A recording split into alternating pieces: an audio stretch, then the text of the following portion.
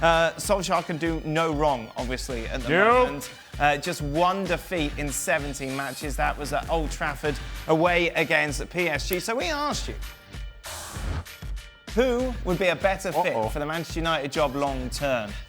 Who would have thought, just even 4 or 5 weeks ago, this would be the response? To be fair, I'm shocked that's the response even now. It's unbelievable, isn't it? Only 9% say Pochettino, 91% say Ole Gunnar Solskjaer. I'll get your views in a minute, boys, but first let's go to Gab Marcotti. Gab, if you were in charge of United, who would you have, Solskjaer or Pochettino? There's no question Ole Gunnar Solskjaer has done a tremendous job. He surpassed all expectations. And Mike Phelan with him has been a big part of it. But you'd be an absolute fool to appoint Ole Gunnar Solskjaer now. You stick to your original plan.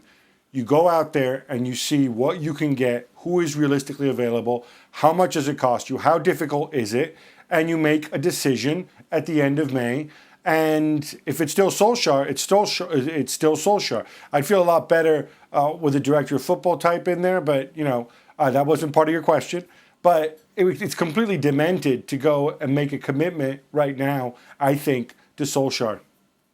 Well, look, I'm amazed at that poll, and I think that's how, fans get swept away with the emotion.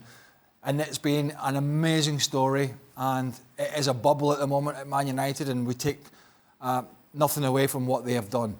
However, if you were saying to me, what is the best interest long term between these two, there's no comparison. Mauricio Pochettino is by far the better and more experienced and more proven manager. Look at what he's done in Spain and then what he did at Southampton to get the Tottenham job. And what I think we all agree what he's done with Tottenham, even though there's been no trophies as yet, with not the biggest squad and not the biggest budget. And it's been a pretty amazing job. So I think that would be my long-term view, would be certainly Pochettino would be the better candidate. But I do think emotion will take its place here, and it would probably be Solskjaer, who Man United pick. In a vacuum, I would agree with Pochettino having a better and more impressive resume than Ole Gunnar Solskjær.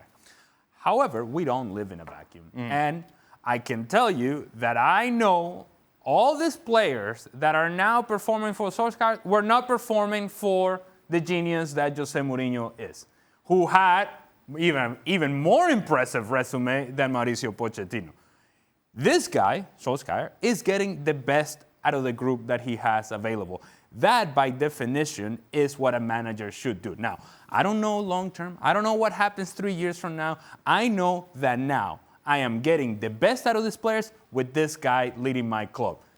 That makes the decision all the more difficult and all the more tempting to say, right, Ole, you take this team forward. But what Pochettino's done, my argument would be is look what he's done over a long, well, not a long period, it's not exactly Ferguson and Wenger, but look what he's done over the space of 3 or 4 or 5 years. The consistency, we know he can do it, right? We know he can rebuild, we know he can set his team up, we know there's going to be longevity there, and he's still pretty young. What we don't know is whether Solskjaer can keep this going into the summer, a next transfer window, the start of a new season, because the previous clubs he's been at, it's been a struggle. It's not been a struggle for Pochettino. I think what's happening here is the emotion, and clearly and understandably, the emotion of the great results and the momentum should not get in the way of a consistent and clear decision about where the club's going to go long term. Not the last time, I don't think we've discussed this.